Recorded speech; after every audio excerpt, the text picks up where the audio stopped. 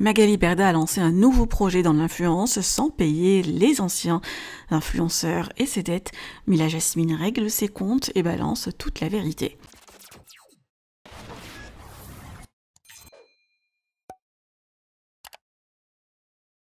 Magali Berda et son mari Stéphane Tebboul ont annoncé dans une salle à moitié remplie au théâtre Mogador leur nouveau projet. Des journalistes et influenceurs conviés comme Jazz, Nabil El Moudni, Maïsan et plein d'autres, le couple a lancé une application à l'échelle mondiale qui met en relation des marques et des influenceurs, dont 1000 qui ont déjà signé. Mais des candidats de télé-réalité qui attendent toujours leur argent sont toujours en attente d'être payés. Alors Maïva Genam et Mila Jasmine ont vivement clashé Magali sur le sujet. Elles ont aussi fait de nouvelles révélations sur les méthodes de manipulation et mensonges de cette dernière afin qu'elle reste en exclusivité dans son agence. Mila et Samzira n'ont pas hésité à rappeler toutes les poursuites judiciaires dont elle fait l'objet. Je vous laisse avec la story de Mila. Que pensez-vous? Partagez avec moi vos avis en commentaire et n'oubliez pas de liker la vidéo et de vous abonner à la chaîne. Je voulais juste réagir par rapport à ce qui se dit sur les réseaux sociaux actuellement concernant mon ancien agent. Et je pense que je remettrai toujours les choses dans leur contexte à chaque fois qu'il le faudra, parce que je vois des gens qui commencent à la défendre et à minimiser en fait tout ce qui s'est passé. Déjà, ces gens-là ne sont pas à ma place. Donc, ils ne peuvent pas ni parler en mon nom, ni, je suis désolée, même donner leur opinion à partir du moment où moi je sais exactement ce qui s'est passé et la réalité des choses. C'est malheureux, mais quand j'entends des personnes qui disent oui, mais quand même avec tout ce qu'elle vous a fait gagner, c'est pas beau de lui avoir tourné le dos pour des problèmes financiers.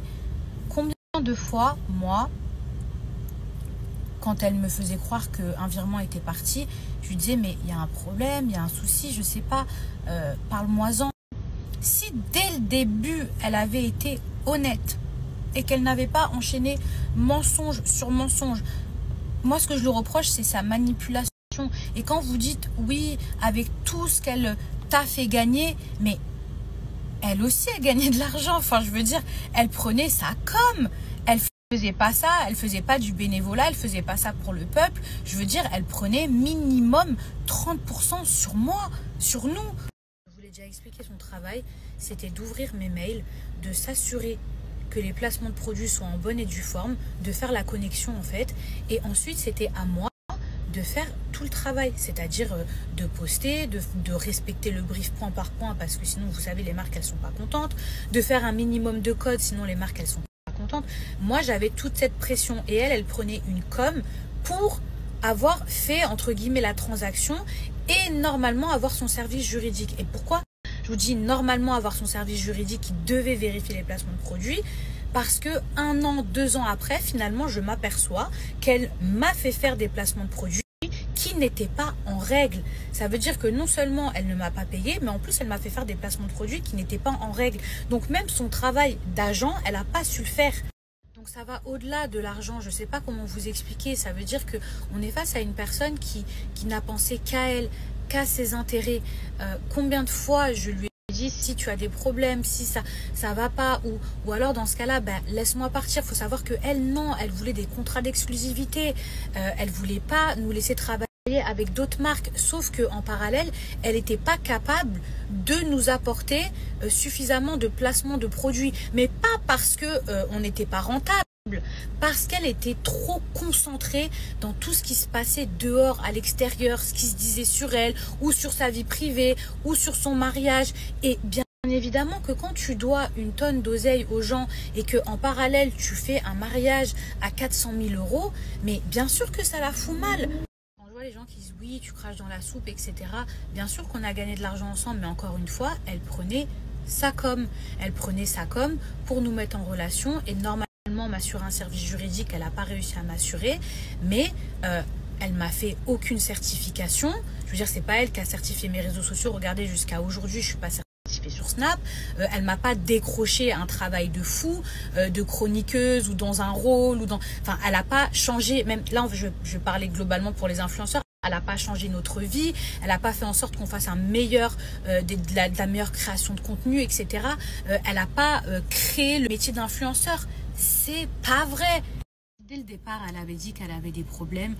On est des êtres humains, on n'est pas des chiens, on sait d'où on vient. On aurait trouvé des solutions. Mais à partir du moment où elle a continué à mentir pour pouvoir me manipuler, qu'elle n'a pas voulu lâcher ce contrat d'exclusivité où moi j'aurais pu travailler ailleurs. Si vraiment elle m'aimait, elle n'aurait pas été autant égoïste. Elle ne m'a pas laissé travailler ailleurs, sachant que derrière, moi j'étais au poste. Hein, arrêtez de croire que j'étais au forfait. Ça veut dire que chaque poste que j'ai fait, la marque, elle a payé. Donc elle a encaissé cet argent. Sauf qu'au lieu de me le donner, elle l'a gardé pour elle, pour ses propres intérêts, pour financer je ne sais quoi. Peut-être ses avocats, peut-être son mariage, peut-être... Mais vous comprenez que c'est dégueulasse. Elle a compris qu'avec moi, elle avait plus d'intérêt parce que j'ai vu son vrai visage et que je ne retomberai pas dans son panneau. Donc c'est pour ça que j'ai même pas reçu un seul centime de ce qu'elle me doit. Alors je suis pas en train de vous dire qu'elle n'a pas commencé à payer peut-être d'autres personnes, mais uniquement parce qu'elle a un intérêt derrière.